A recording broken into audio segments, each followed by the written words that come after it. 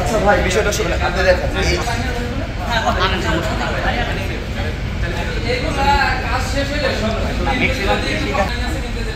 ধন্যবাদ।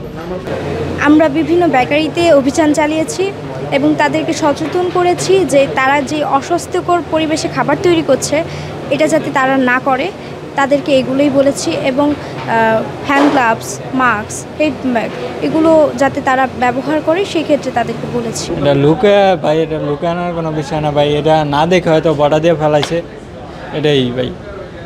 আপনারা তো সবসময় কাজ করেন, তাহলে এই ভুলটা কীভাবে? ভাই মানুষের তো ভুল হয় ভাই, এটা ভুল হয়ে গেছে, এটা পরবর্তীতে এই কাজগুলো আবার করবেন?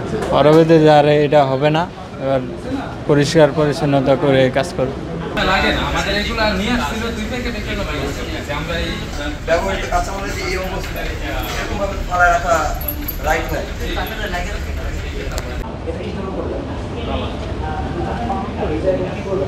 রিপোর্টটা একটু দেখতেছি।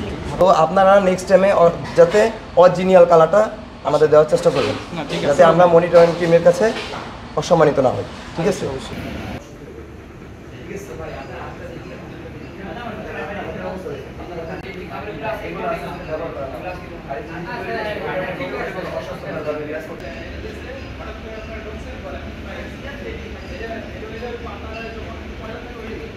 এটার মধ্যে এতগুলো খাবারের মধ্যে আপনি এই এতটুকু নোংরা খাবার মিক্স করে রাখবেন, ঢেকে রাখবেন। এই এতটুকু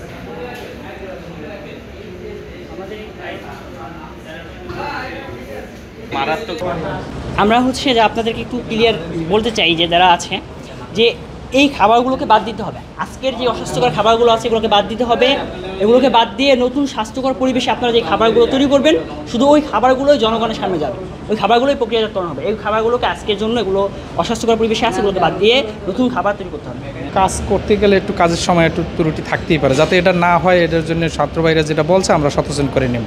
শিক্ষার্থীরা যেভাবে আমাদেরকে দেখা দিয়ে গেছে সেভাবে আমরা করার চেষ্টা করবো ইনশাল্লাহ। আর তাদেরকে অনেক অনেক ধন্যবাদ।